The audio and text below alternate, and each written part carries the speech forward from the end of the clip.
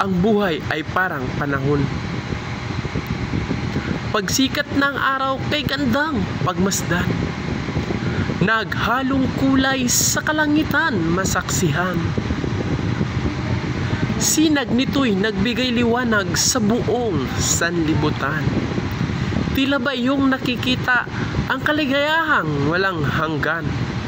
Pero dumating ang panahong may bagyo at maulan. Ang kaliwanagan ay nababalot ng kadiliman. Maraming nawasak, pati kalikasan ay nasaktan. At doon iyong naisip na ito na ang katapusan. Pero ang araw ay muling sumikat sa gitna ng kadiliman.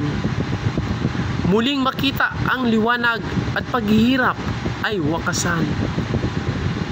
Mabigyan muli ng lakas, tibay,